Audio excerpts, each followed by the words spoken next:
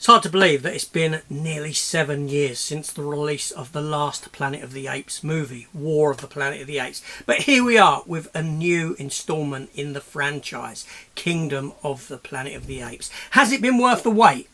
We're going to find out now in my review, so let's do it.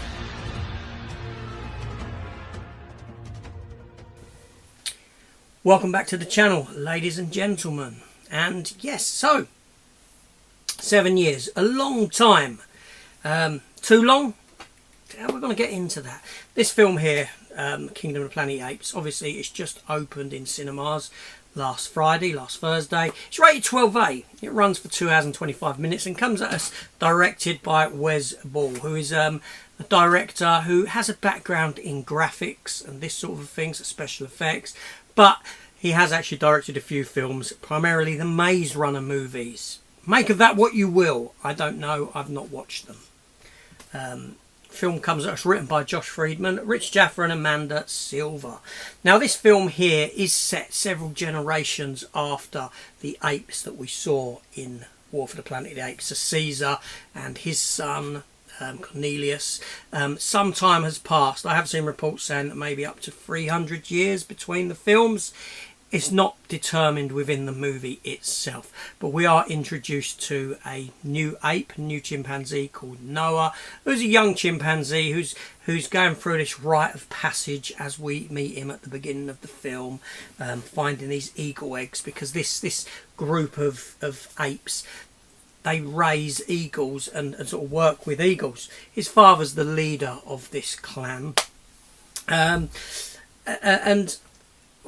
on this particular day his egg gets damaged, his egg gets broken. He may have to sit out the ceremony and wait another year to prove himself, but it gets broken by a human that's come into the camp and is in there hungry, trying to steal food. And it's this young girl called May. Well, her name comes to be May.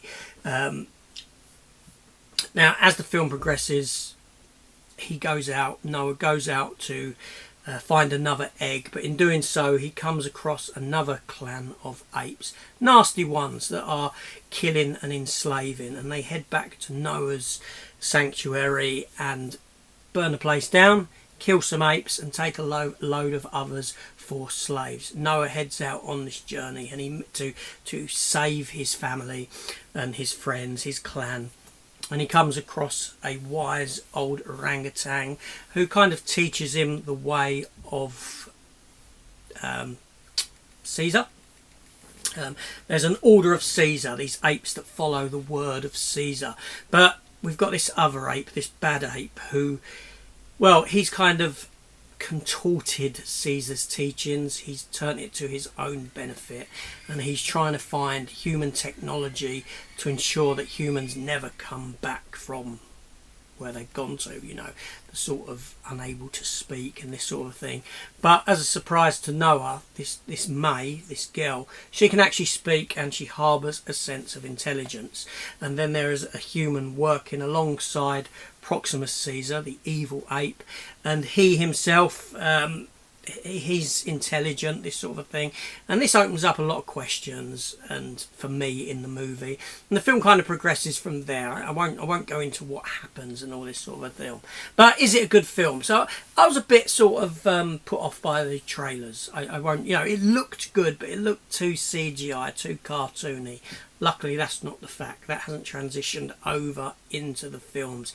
It's very into the film. It's very possible that that trailer was not exactly finished. Wasn't touched up. Hadn't had those final little treatments to it. The film looks amazing. It looks as good, if not better, than the previous Planet of the Apes movies. The cast: Owen Teague as Noah. He's good. Frey Allen as May. Kevin Durand as Proximus Caesar. We've got William H. Macy in there as a human.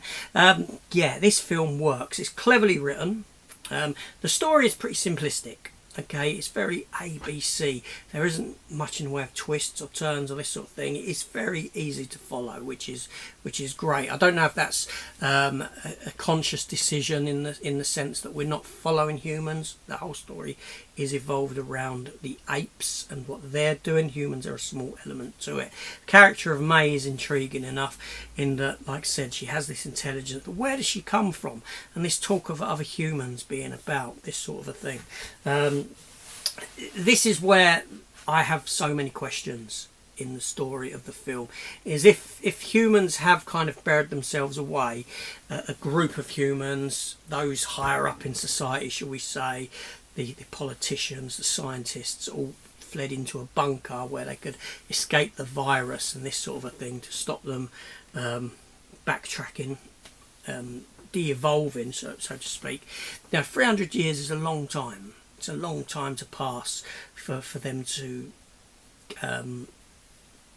stay pretty much the same as we would see them now. We would see people now, and that's what the film kind of gives us. So there's still a lot of questions around that, but I'm assuming that those questions get more answers in the next installment of this franchise. Hopefully there is another installment in this franchise, but this is a very good film. It's a very, very good film, and it's what we need this year, because the cinema has been pretty mediocre. So it's nice to get a film that looks great, that has an interesting, intriguing story, intriguing characters throughout, and offers up something that feels a bit more intelligent than just the mind-slamming special effects extravaganzas that we normally get.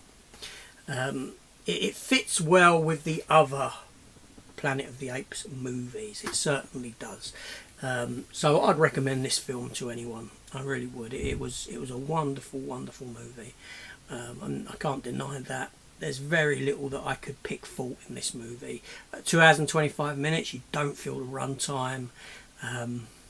Yeah, spot on. Probably so far near top of my films of the year.